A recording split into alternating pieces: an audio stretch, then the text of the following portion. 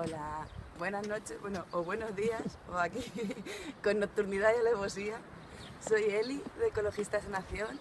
y os voy a hablar un poquillo de basuras marinas, para lo que me dan las neuronas ahora mismo, que andamos un poco dormidillos todavía. Bueno, pues las basuras marinas son uno de los grandes problemas ambientales que tienen ahora mismo nuestros océanos, que puede ser uno de los grandes problemas de este siglo, yo creo, junto con el cambio climático y la sobrepesca, aparte de otros muchísimos problemas que hay. Y es que anualmente entran en el océano entre 6 y 8 millones de toneladas de basuras marinas. De ellas, además, una gran mayoría, más del 80%, son plásticos.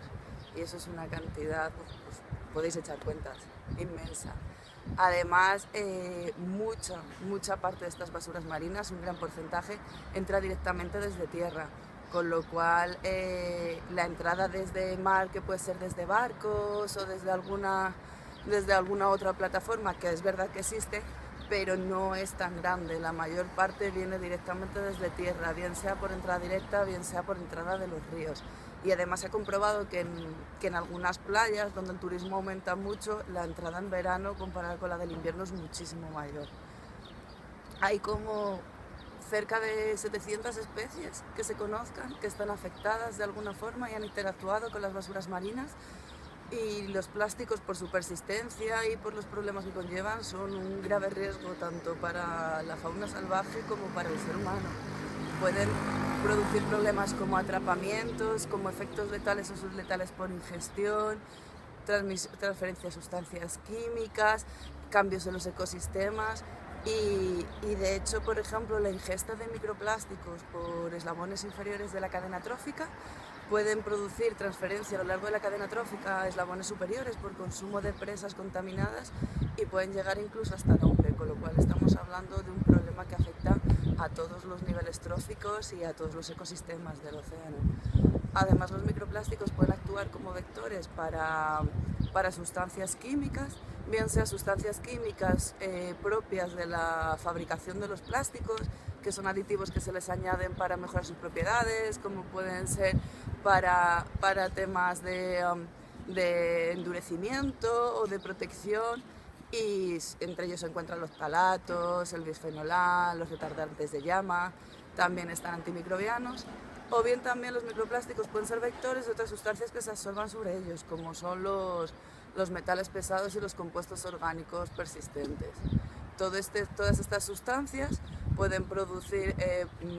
disrupción endocrina, problemas inmunológicos y neurológicos, y pueden interferir en el desarrollo y en la reproducción, incluso siendo algunos de ellos cancerígenos. Ya el hecho de que los microplásticos actúen como vectores o no es algo bastante complejo de estudiar, y tiene más que ver con el hecho de que la concentración que haya en los microplásticos sea mayor o menor que la de los tejidos de los animales que se los comen. Pero bueno, en cualquiera de los casos, como podéis ver, el tema de las basuras marinas, los microplásticos, es muy complejo, y si se analiza desde el punto de vista del ciclo de vida, al final un ciclo de vida lineal, que es el que siguen ahora mismo la mayoría de los elementos, que es de un consumo muchas veces incluso de un solo uso y con un periodo de vida muy corto, los que nos lleva es una acumulación incesante de basuras y una generación de basuras que no es, no es nada sostenible. Entonces, bueno, cada vez son más las voces que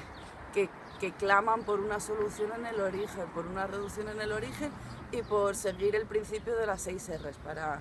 intentar por lo menos paliar en parte el efecto y la generación de estas basuras marinas. Las 6 R's, que empezaron al principio por 3, que a lo mejor son las más intuitivas, ¿no? Que son reducir en el origen,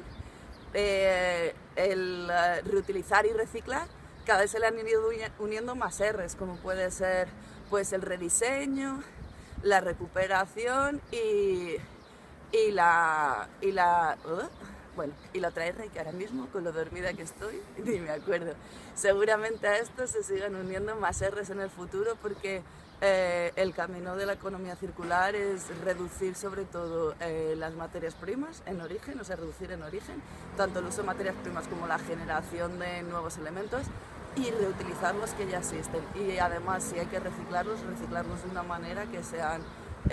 lo más efectiva posible y se puedan reciclar todas sus partes. Entonces, bueno,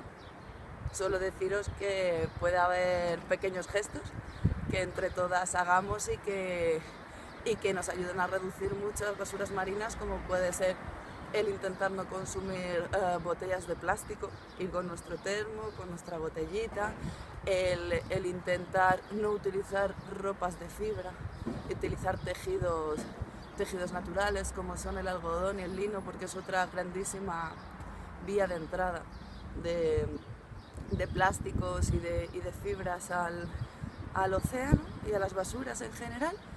Y sobre todo intentar, en la medida que podamos en el consumo, reducir el uso de envases innecesarios, de bolsas de plástico, y solo con eso, aunque es verdad que no es la solución del problema, pero es un primer paso que puede ayudar muchísimo.